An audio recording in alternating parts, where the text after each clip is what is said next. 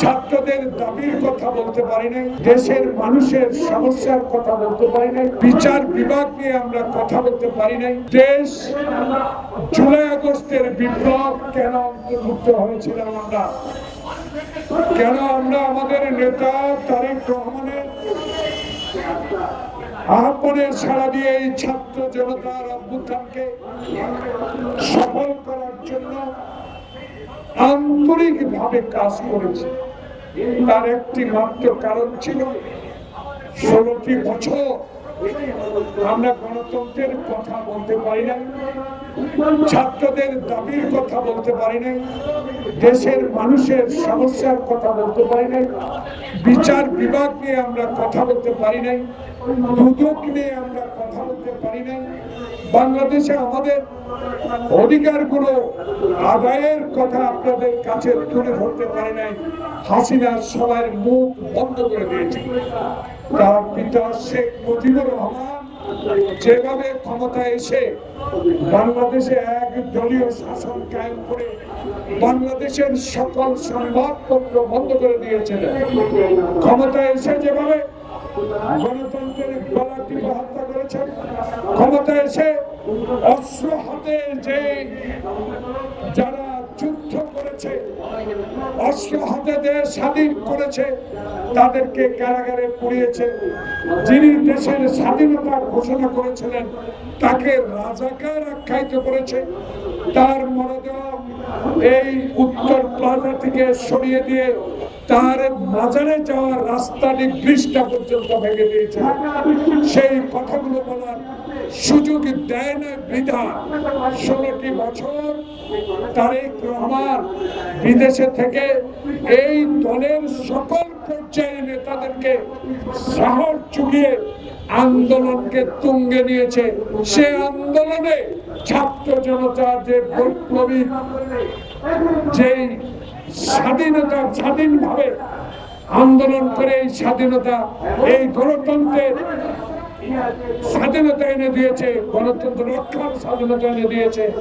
সেই কারণে আজকে এই ইন্টেরিয়র গভর্নমেন্টের প্রধান গতকালকে একটা কথা বলেছে, যে কোনো মূল্যে হোক এদেশে নির্বাচন।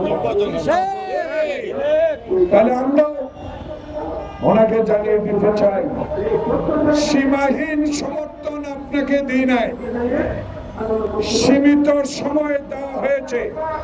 এক্সট্রিম মশার কয়েল প্ল্যান্ট ফাইবার দিয়ে তৈরি, ডেঙ্গু চিকুনগুনিয়া বাহি সহ যে কোনো মশার বিরুদ্ধে দেয় এক্সট্রিম সুরক্ষা। সেই সীমিত সময়ের মধ্যে আপনি ফেব্রুয়ারি মাসের প্রথম সপ্তাহে নির্বাচন দিবেন।